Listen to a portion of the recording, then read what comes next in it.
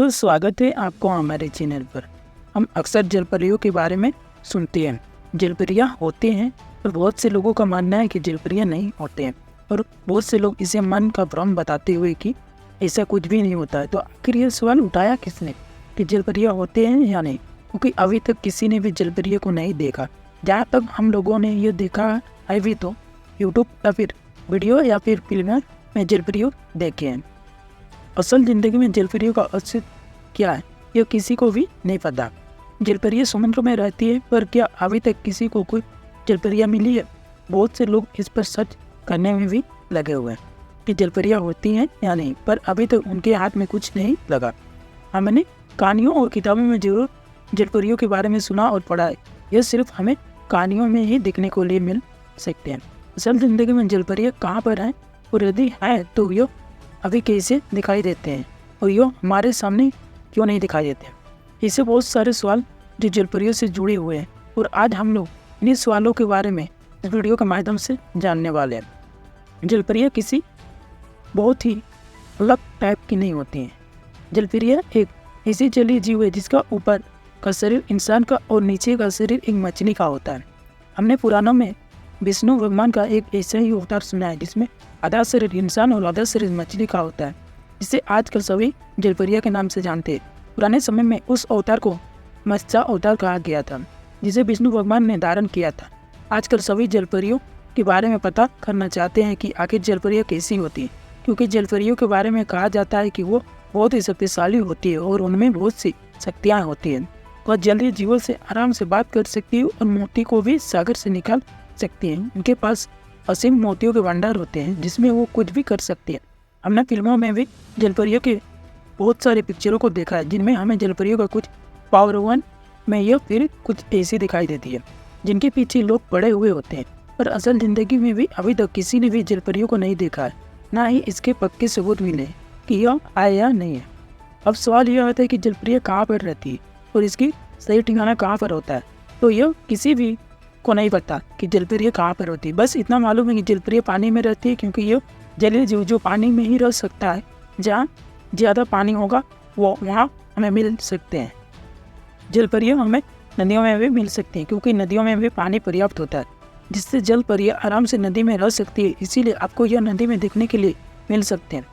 तालाबों में भी हमें जलपरियाँ देखने को मिल सकती हैं, क्योंकि तालाब में पानी पर्याप्त होता है, जिससे जलपरियाँ आराम से उसमें तैर सकते हैं। क्योंकि जलपरियों का तैरना अच्छा लगता है, क्योंकि जलपरियों को पानी में रहना पसंद करती है, इसीलिए आपको तालाब में जलपरियाँ देखने को मिल सकती है। अक्सर लोग कहते हैं कि जलपरियाँ समुद्र में रहती है, और बहुत से लोगों का जलपरियों को समुद्र में देखा गया है कहा जाता है, क्योंकि समुद्र में ही विशाल है और उसमें हजारों जलीय जीव रहते हैं, और ऐसे जलपरियाँ भी रहती हैं।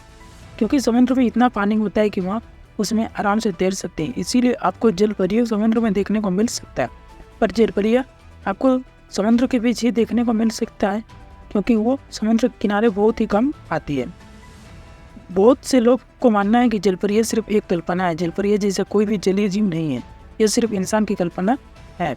हमें प्राचीन कथाओं में जलपरियों के सबूत तो आए जिनमें हम कह सकते हैं कि जलपरियाँ होती है और वो समुद्र में रहती है।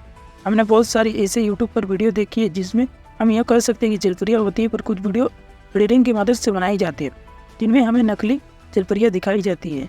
जलपरियाँ हमें कथाओं में सुनने को मिल सकता है, और आज तक किसी ने भी रियल जलपरियाँ को नहीं देखा है। इसमें हम कह सकते हैं कि जलपरियाँ नहीं होती है। प्राचीन सभ्यता में हमें कुछ भी ऐसे सबूत नहीं मिले जिनके आधार पर हम ये मान सकते हैं कि जलपरियाँ जैसा कोई जलीय जीव है। हमने फिल्म में जलपरियों को देखा है, बल्कि असल ज़िंदगी में इनको नहीं देखा, तो हम ये कह सकते हैं कि जलपरियाँ नहीं होती। हमें भारत की कथाओं में भी जलपरियाँ सबूत मिल जाते हैं जिनके आधार पर हम ये कह सकते हैं कि जलपरियाँ होती हैं। बहुत से देशों में पुरानी कथाओं में हमें जलपरियों का जिक्र मिलता है, और वहाँ के लोग जलपरियों को मरमेड कहते हैं। हमें जलपरियों के होने के बाद बहुत सारे सबूत मिल चुके हैं जिनमें हम कह सकते हैं कि जलपरियाँ होती हैं, पर वो सबूत अभी किसी भी आधार पर नहीं पहुँचेगी, इसीलिए अभी किसी भी निर्णय पर नहीं पहुँचा जा सकता। विज्ञान कहता है कि जलपरियाँ जैसा कोई जीव हो सकता है, क्योंकि इंसान ने पानी में भी रहने के लिए अपने शरीर का विकास कर लिया है, और वही जलपरियाँ हो, और इसीलिए विज्ञान भी जलपरियों को नहीं झूठा मानता। पर अब तक इसकी कोई भी सटीक सबूत नहीं मिला। पर आज हम आपको ऐसा कुछ सबूत के बारे में बताएंगे जिनमें पता लगा सकते हैं कि जलपरियाँ होती है या नहीं।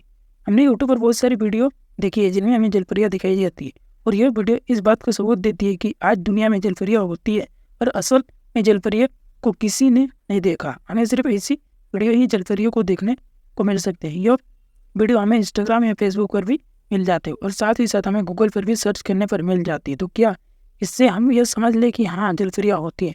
पर जब हमने जलपरियों को देखा ही नहीं तो हम ये कैसे मान लें कि जलपरियाँ होती है? सिर्फ वीडियो के आधार पर हमने बहुत सी ऐसी पुरानी कथाओं सुनी है जिनमें जलपरियों का जिक्र आता है और इससे ये पता लगता है कि पुराने समय में जलपरियाँ होती है।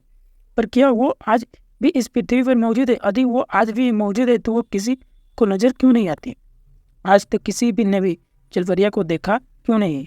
बहुत से देशों को लोक कथाओं में भी हमें जलपरियों का जिक्र मिलता है क्योंकि उन लोगों को मानना है कि जलपरियाँ होती हैं और जलपरियों को इंग्लिश में मरमेड कहते हैं, जिसका मतलब एक ऐसा जलीय जीव जो आधा इंसान और आधा मछली का होता है।